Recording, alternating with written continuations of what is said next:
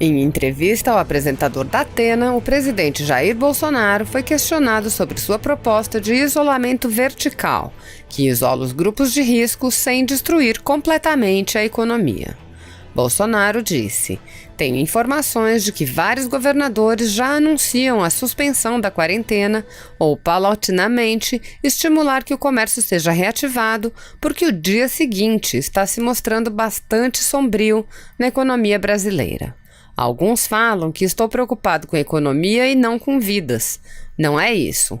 Com a economia quebrada, teremos perdas de vidas gigantescas após esse problema."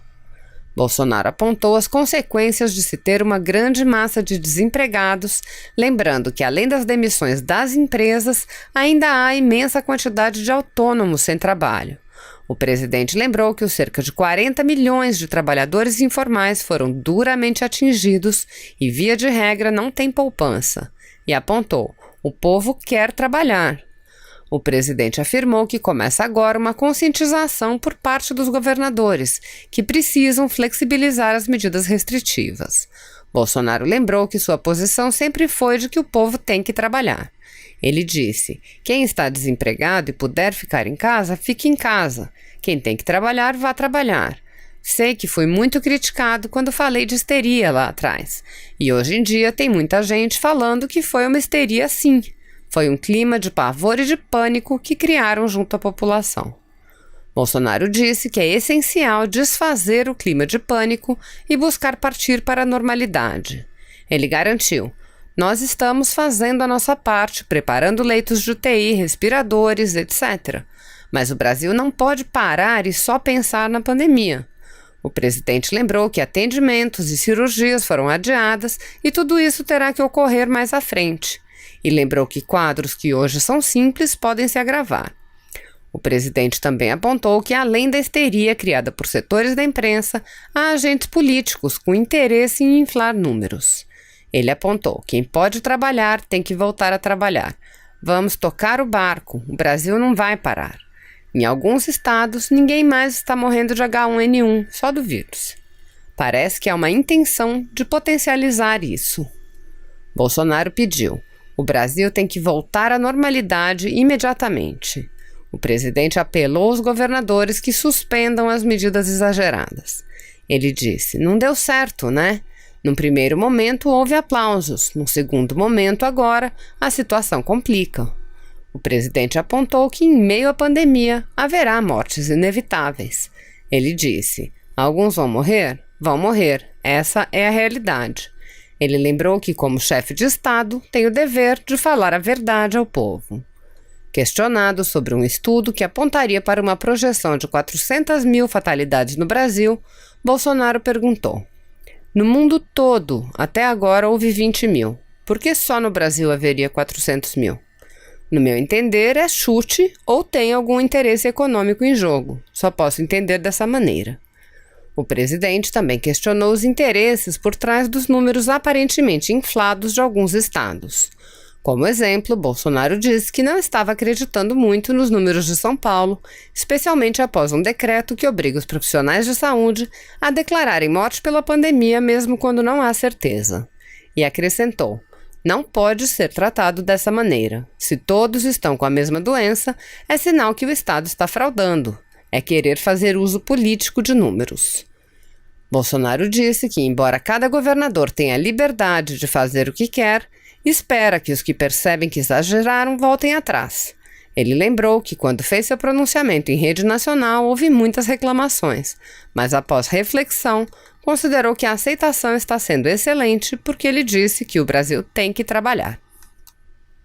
Esses testes rápidos que nós vamos entrando agora, nós vamos ver uma coisa muito interessante dentro do Brasil, que é quantos % da nossa população que está fazendo anticorpo, que talvez seja essa a grande medida para a gente fazer dinâmica social. Portanto, a gente está só no início. A gente tem 30 dias do primeiro caso, a gente começou o início, lembra que eu explicava para vocês? Os números vêm, depois começam a aumentar, chega uma hora que ele cresce muito rápido. Nós estamos iniciando a subida. Essa subida ela leva algumas semanas. Nós temos as nossas projeções e vamos ver se essas projeções vão bater. A gente sempre procura se antecipar os problemas para 30 dias e fazer quais são as recomendações que a gente acha que sejam necessárias. E aí vem a questão da quarentena. Como é que isso funciona? A quarentena é um mecanismo que a gente lança a mão quando a gente tem uma doença infecciosa, como é o caso dessa, cuja transmissão seja fácil, como é o caso dessa, que nós não tenhamos sistema imunológico, como é o caso dessa, aonde nós possamos ter consequências de muita letalidade ou consequência de uso em paralelo intenso do sistema de saúde, que é o caso dessa. A última vez que o Brasil fez uso de quarentena por saúde foi em 1917, a época da gripe espanhola, há exatamente 103 anos atrás. Então é normal, faz parte desta situação.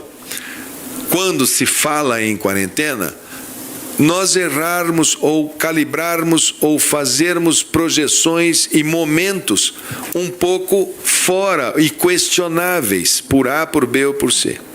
Então, vamos lá, se nós estamos começando o processo, nós estamos iniciando a curva, nós temos que ter muita calma, porque a quarentena é um remédio extremamente amargo, extremamente duro, e vai ter a hora que a gente vai precisar usar. Então você tem desde redução de mobilidade, que você pode fazer antes do lockdown, como estão chamando, o brasileiro adora copiar palavras americanas, inglesas, eles chamam lá de lockdown, quer dizer, fecha tudo.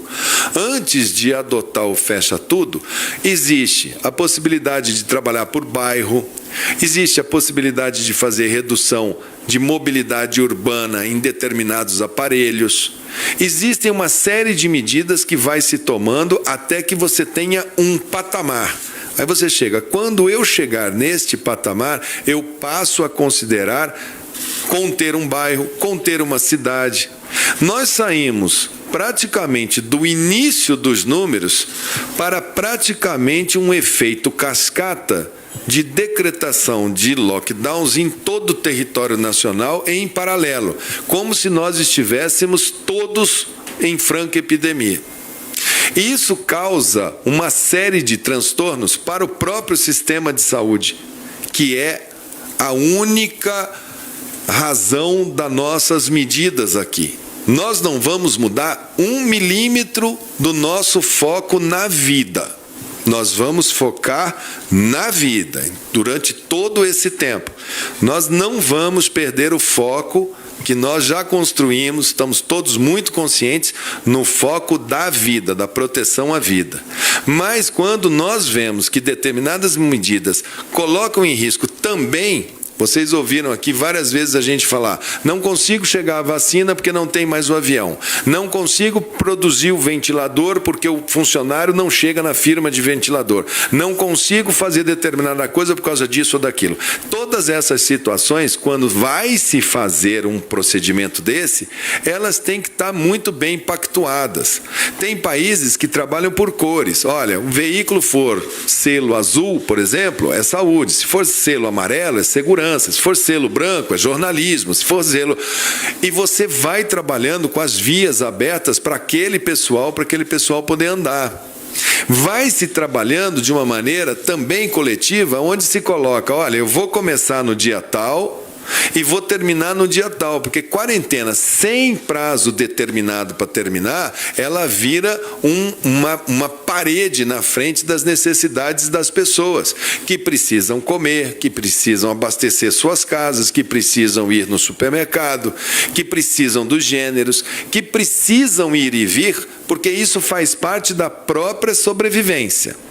As questões econômicas são importantíssimas e fizeram parte da linha da fala do presidente, onde ele coloca que, se não tivermos um cuidado com a atividade econômica, essa onda de dificuldade que a saúde vai trazer virá uma onda de dificuldade maior ainda em relação à crise econômica. Nós da saúde não podemos ser insensíveis, nós entendemos e enxergamos e vemos isso com muita clareza. O que nós queremos é fazer de uma maneira organizada. Nós estamos hoje, tem 3 ou 4 dias que iniciou esse processo de interrupção. Começou no domingo, se me parece, alguns países começaram segunda, estados terça, não é isso? Então, o que nós propusemos, o Ministério da Saúde, aos senhores governadores? Tragam 1, 2, 3, eles devem estar discutindo. Eu discuti isso agora há pouco com o governador Ronaldo Caiado, para que a gente traga junto, dentro de uma pequena unidade, e façamos juntos a proposta nacional, para que todos saibam, olha, quando o número de casos estiver aqui, vai acontecer isso. Quando estiver aqui, vai acontecer isso. Você me comunica, eu dou uma olhada, checo, falo ok, me preparo. Quais são as atividades econômicas que a gente considera que são essenciais? Tenho certeza que todos, sentando e olhando os quadros, todos juntos, me traz o boletim epidemiológico. A situação do Ceará, como eu chamei a atenção aqui no começo, é totalmente diferente da situação de Goiás. A situação de Mato Grosso do Sul e Rio Grande do Sul, embora nós sejamos o Brasil tem vários Brasis. Eu tenho uma preocupação com o Rio Grande do Sul, com Santa Catarina, é o nosso local de pessoas mais idosas. Então, é lógico que lá os critérios têm que ser diferentes do que no Amazônia, que é o nosso estado de população mais jovem. Tudo isso a gente tem aqui métrica e a gente pode e deve fazer juntos. A gente não vê, e eu sei que muita gente falou, hoje especularam, o ministro vai sair, o ministro não vai sair. Eu vou deixar muito claro, eu saio daqui na hora que acharem que eu não devo trabalhar, que o presidente achar, porque foi ele quem me nomeou, ou se eu estiver doente, que é possível eu ter uma doença, ou num momento em que eu achar que esse período todo de turbulência já tenha passado e que eu possa não ser mais útil. Nesse momento de crise agora, eu vou trabalhar ao máximo, a equipe está todinha focada, nós vamos trabalhar com critério técnico, sempre. Queremos que a gente repasse determinadas estruturas que possam e devem e têm que ser feitas por um comitê muito mais alargado do que o da saúde. Tenho certeza que esse comitê vai achar boas soluções para a economia em tempos de problemas de saúde, vai achar boas soluções para a logística, boas soluções para a cultura, boas soluções para uma série de atividades que são essenciais na vida da gente. Não tem como a gente chegar e falar assim, um chaveiro não é essencial. Se você precisar entrar numa casa e ela estiver fechada e você estiver sem a chave, só um chaveiro poderá resolver o seu problema naquele momento. Então, a essencialidade das medidas, a capacidade desse país respirar, porque a saúde só pode funcionar quando gera riqueza. Eu sou de um estado agrícola, nós temos uma safra para colher, uma safra daqui a pouco para plantar, e sem alimento não adianta a gente fazer luta, porque quem está segurando a economia desse país é o agro. Então a gente precisa também pensar em tudo isso, e eu vejo nesse sentido a grande colaboração da fala do presidente. Chamar a atenção de todos que é preciso pensar na economia. A maneira como nós vamos fazer isso será juntos. Nós vamos construir juntos. Não só a equipe dos governadores, como os representantes, provavelmente, de um prefeito, mas, enfim, nós vamos fazer juntos com os inúmeros ministros de Estado que participam dessa força-tarefa que acomete a todos. Todos. Não há um ministério que não tenha as suas peculiaridades. Tenho total informação aqui sobre, por exemplo, segurança, necessidade de EPIs também para aqueles que zelam pela segurança.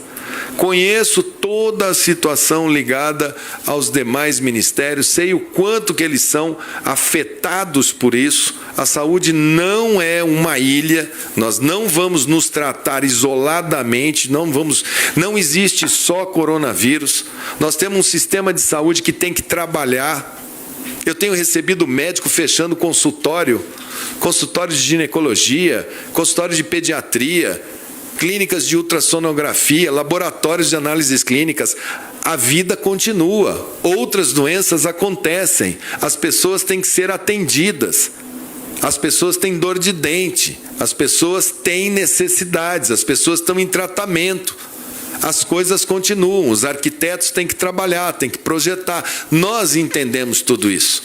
Então, o Ministério da Saúde vai procurar agora, com essas equipes dos governos, que foram muito assimétricas, tomaram medidas assimétricas, talvez pela aquela necessidade de, naquele momento, naquele clima, da maneira como estava o comportamento da nossa população.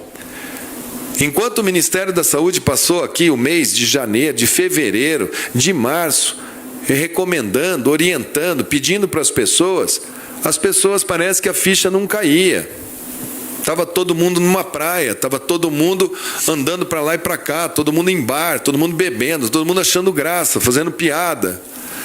E não é o momento de fazer piada, embora a gente seja muito bem-humorado no Brasil, o momento agora é da gente olhar, reconhecer, ter calma, todo mundo sentar na mesa, não tem partido político, não tem A, B, C ou D, tem nós, povo brasileiro, nós vamos ser profundamente, cada vez mais focados no trabalho que a gente tem que fazer. Não tem ninguém nessa equipe aqui que não saiba o tamanho do problema, a gravidade do problema, as ações que a gente tem que tomar, como informar a população. Já falamos que teremos dias difíceis, semanas duras, vamos ter agora a nossa subida de casos. Temos a maior metrópole da América Latina, São Paulo. Sabemos das nossas dificuldades hospitalares, sabemos que no final essa contaminação por esse vírus vai chegar num ponto de equilíbrio e vai passar.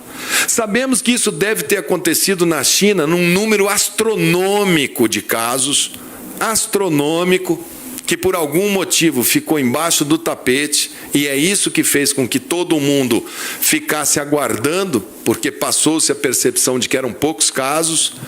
É isso que leva a Índia ontem a fazer uma quarentena de 1,3 bilhão de pessoas.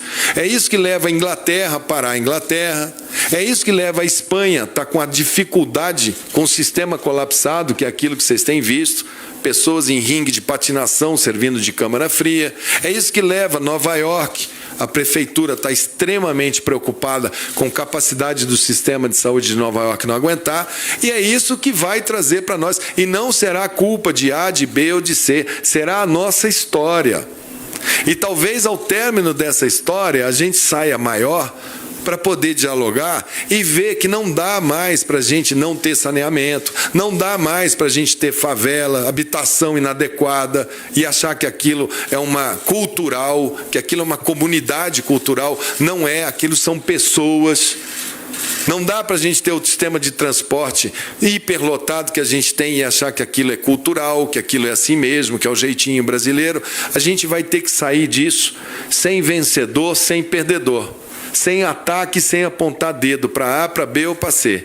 A gente vai ter que sair disso e depois de enfrentar essa situação, aí um grande debate para saber como evitar, como se preparar, como conduzir melhor os destinos desse país. Acho que no momento a gente pode assegurar que a gente está dentro do que a gente pensou que ia acontecer nesses primeiros 30 dias. A gente está controlando ao máximo para ter bom uso desses equipamentos, para que a gente possa tê-los na hora e no momento que a gente precisar. Não adianta as pessoas me pedirem, me mande máscaras aqui para uma cidade que não tem nenhum caso. Calma, calma. Agora nós vamos fazer na ótica de distribuição racional. Nós vamos atravessar isso com ciência numa mão, está aqui no Denizar, todo o setor dele, informação sobre esta epidemia, está aqui o Wanderson com todos os números dele, e capacidade de fazer abastecimento e atendimento, que está aqui o Gabardo com toda a experiência dele. Esses vão ser os 3 eixos: ciência, atenção, monitoramento e operacional. E vamos atravessar isso, sim, todos juntos, vamos fazer um bom trabalho, o máximo que nós pudermos fazer. As pessoas me perguntam, chá é bom? Minha avó falou para mim que é. Vocês vão me ver tomando chá, eu estou tomando xícara de chá direto. Falaram para mim que é bom, mal não faz. Canja de galinha é bom? Minha mãe falou para mim que é bom. Todo dia eu tomo uma canja. Vocês acham que eu ando de pé descalço e vou abrir a geladeira? Jamais. Eu calço uma meia. Eu não pego golpe de ar. Eu ponho um casaquinho para ficar quietinho. Nós estamos assim, eu não bebo gelado.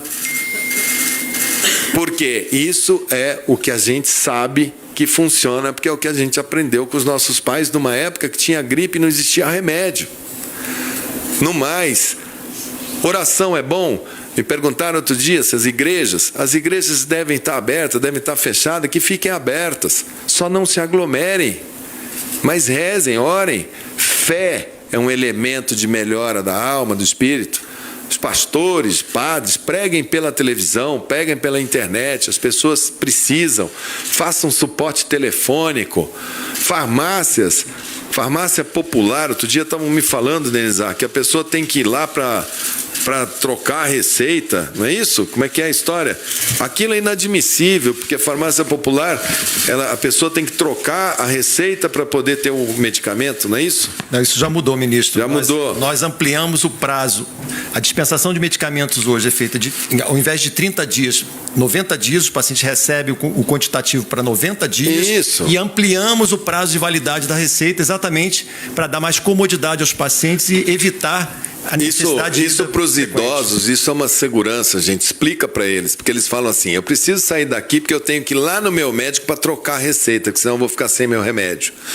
Então aqui a turma do Menizar aumentou o prazo da receita, ela não precisa ir lá no médico, pode ficar tranquila. Donos de farmácia, se vocês têm, como vocês pedem para todo mundo o CPF, vocês têm o cadastro de todo mundo, porque esse cadastro de quem toma qual remédio vale muito, procura pegar a sua clientela, liga para ela e manda entregar na casa dela, faça um ato de voluntariado, de carinho, faça com que as pessoas entendam que elas estão sendo vistas, estão sendo cuidadas, né? Vamos deixar o máximo possível agora aquilo que a gente tem de melhor, que é a nossa solidariedade, nosso companheirismo. Vamos procurar segurar um ao outro, quando estiver meio caído, dá a mão, levanta. Nós vamos estar aqui. O Ministério da Saúde está ao seu lado, nós vamos trabalhar, o governo federal está firme, o nosso presidente fez um apelo, nós vamos sim olhar.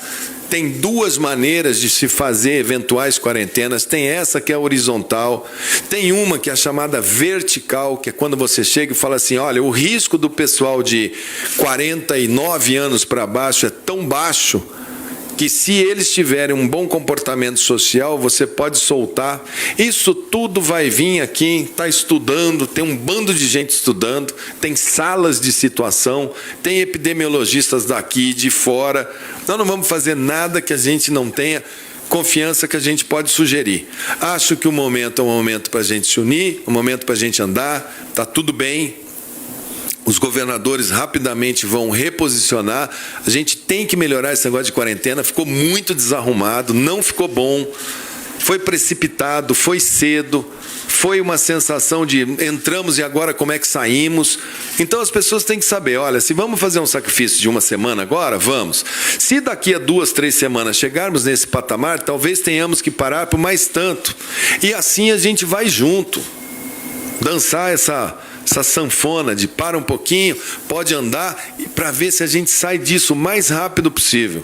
E sempre lá nas minhas orações, esperando uma vacina, esperando um medicamento, esperando que o sol tropical, eu fico cuidando muito os casos de Cuiabá, porque eu falo, se esse vírus não gostar de sol, lá em Cuiabá não vai ter caso. Como o Mato Grosso demorou um tempão, eu fiquei achando que era o calor de Cuiabá, a minha eterna capital, quase que eu fui lá para Cuiabá para ficar lá com meus amigos cuiabanos. Mas infelizmente o calor de Cuiabá, ele ainda está ali, e o vírus também está ali, já teve casos confirmados em Cuiabá. Enfim, gente, vamos trabalhar, nós estamos aqui juntos, eu espero que vocês consigam construir juntos um bom clima para que a gente possa fazer essa caminhada. Se você apoia Jair Bolsonaro, curta este vídeo, manifeste a sua opinião e compartilhe para que a vontade do povo brasileiro seja conhecida. Inscreva-se no canal para ter acesso gratuito ao nosso conteúdo. Uma produção Folha Política.